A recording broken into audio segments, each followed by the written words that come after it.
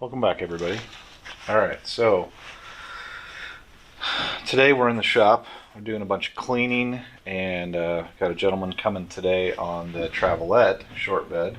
So last night I did the old charge the battery, make sure it was all topped off. The battery is only a year and a half old. Yeah, not that old. So we did top off all the fluids and checked all the fluids in this thing already. I'll show you guys that here in just a second. But we did the old, it's not really a cold start because it's warm in here.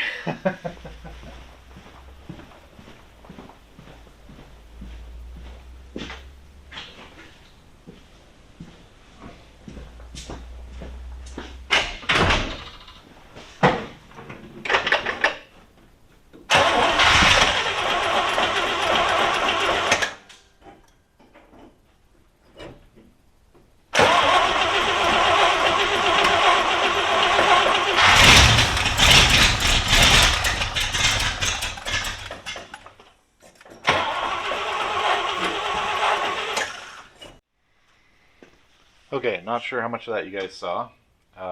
Camera battery failure.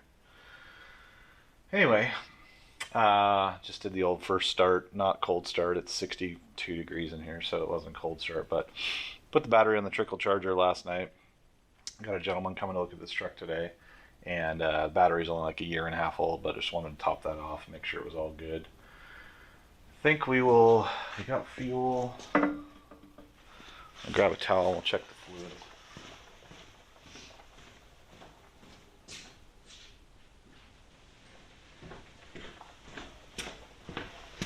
I think we got plenty of everything, but we'll check.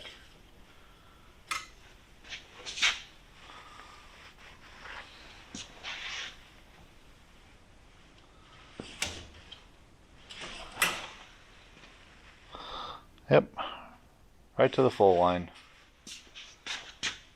So this is, turn the camera around so you guys can see. This is a 345 with a 2-barrel carburetor. It does have power steering and power brakes. I've talked about this before, the way you guys can tell these are a 345 or a 304 or a 392 or 266.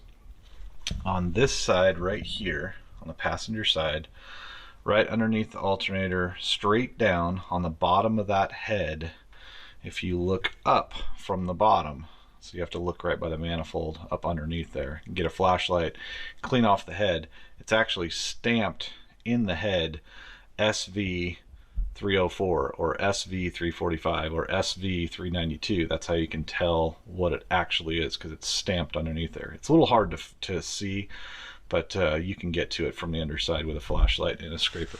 So check the coolant here.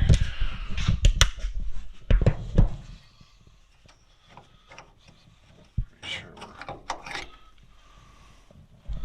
yep, topped off right there to the top. And we do have reserve, I believe, in our reservoir. Yep, nice green stuff in there in the reserve, so we're good. Power steering fluid topped right off, that's good as well. And then brake fluid. I'd say we're a little low on the rear. See right there, that's a little low, that's topped off. Let's grab just a little bit of brake fluid and we'll top that off.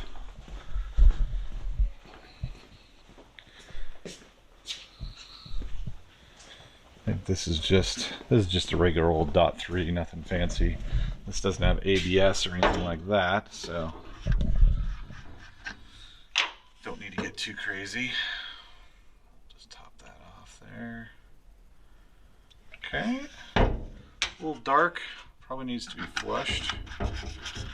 That's always a good idea if you're getting ready to use these for the first time in the spring or whatever. If you haven't changed all the fluids, you can, flush out your power steering fluid.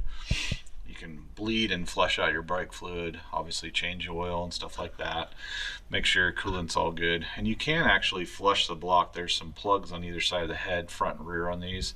You can flush the block, which is really good on these old Internationals because they do build up sediment in the block, which will ultimately slow down the cooling process. These motors aren't typically known for overheating or getting warm, but it's always good to give them as much coolant and cooling possibility as you can. These are plastic fan shrouds on all these old Internationals too. This is a really common thing to break, and a lot of people just throw them away and think, oh, the fan's there, it's fine. You see this guy fixed his. A little bit of glue, some rivets and stuff like that. So these fans are very important to have the shroud to draw the air in and out through the radiator properly. Without the shroud, it's just pushing air through and it's not drawing it properly. So the fan shroud is as important as the fan itself. So if you have one of those broken, fix it and keep it on there. Don't throw it away. You know, it's very important to have for cooling the engine. So don't mind the mess. I'm in the middle of cleaning. Speaking of cleaning, there's the old Cub Lowboy. She's got a little dust on her. I don't know if you guys have seen this yet. We should probably do a video, pull this thing out, wash it, and do a video and talk about what this is and where I got it from. I bought it from the original owner. This is what I used to mow my yard, my grass with in the summertime. So super cool. 1974 Cub Lowboy, 85 horse, straight 4-cylinder, super heavy duty garden tractor. It's an oversized garden tractor, but anyway. Okay, so we got all that done. Let's see if we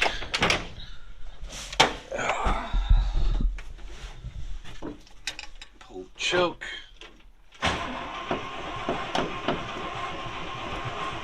Now that says throttle. There's another one over here. There it is.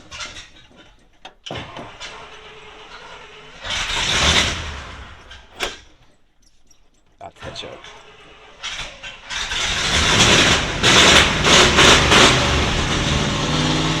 Yeah. We got ultra charging. We got good oil pressure. Temp gauge works. This truck has 38,000, so I'm guessing 138,000. Typical fuel gauge doesn't work. Heater fan works.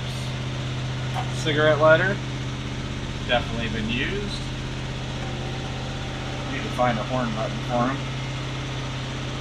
Go look in the parts bin for that. Go idle that down a little bit. Needs a rear view mirror. Needs a sun visor. Pretty sure I have all that.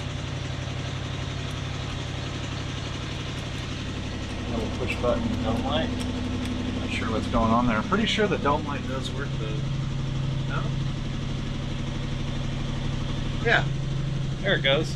See? She's a worker. Yeah.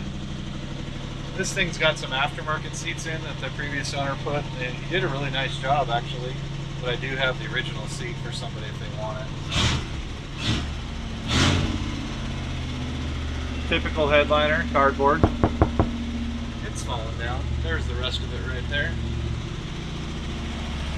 Your 4-speed, 4-wheel drive. These are 205 case, so all the way forward on this one is 4 low. Back 1 is neutral, back 2 is 2 high, all the way back is 4 high. So you can be going along in 2 high and just grab 4 high as long as your hubs are turned in. Sounds pretty good actually. She's a runner. Alright, so like I said, I got a gentleman coming to take a look at this today, and he actually wants to strip it, build his own kind of service bed on the back of it, and then turn the back into a camper and make it a kind of an off-road, I don't want to use the cliche term off-grid, because that's, you know, whatever, all campers are off-grid, duh.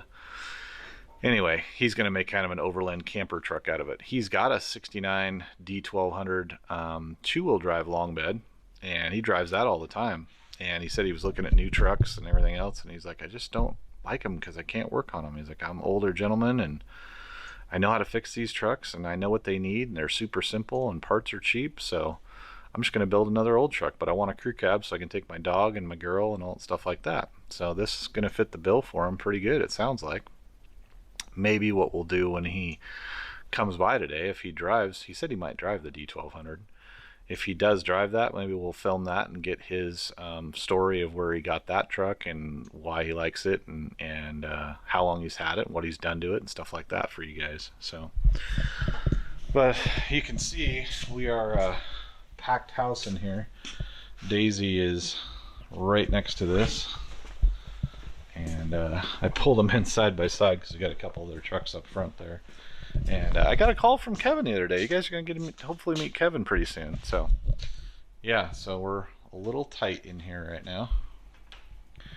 Got the Peterbilt over there and parked in here for the winter as well. So, anyway, I am in the midst of cleaning before Kevin comes back. So, I'm working my way across the shop and cleaning out all this stuff. There's the hot rod. We put that away. So I've got a few more boxes to go through here and get everything stacked up and put away. I've got tons and tons of spare parts and fluids and filters. A bunch of these boxes here I got to go through. A bunch of these other boxes I got to go through here as well. So, but we're getting there, one day at a time. Carburetors, hubcaps, all that stuff like that. Got the drill press and the other press and the parts cleaner back here. There's an old International tailgate that seen better days. And poor old hot rod, we just put her away for the winter. And it's obviously with those cheater slicks on, she's not going anywhere in the road. So I typically park it in by November, and I don't usually get it out again until April. So it'll probably just sit back here in the corner. But anyway, I know not a super exciting update there, but I just thought you guys would want to see the old startup on the Travelette. Kind of checking the fluids. You guys had asked about some of the underhood stuff like this before, so I thought I'd just show you since I was already here doing it anyway. So I guess you call it a tech tip or a shop day, or I don't know. Cold. It's not a cold start. It's 62 degrees in here. So anyway, whatever. That's going to do it for this video. Thank you guys for watching. We'll see you on the next one.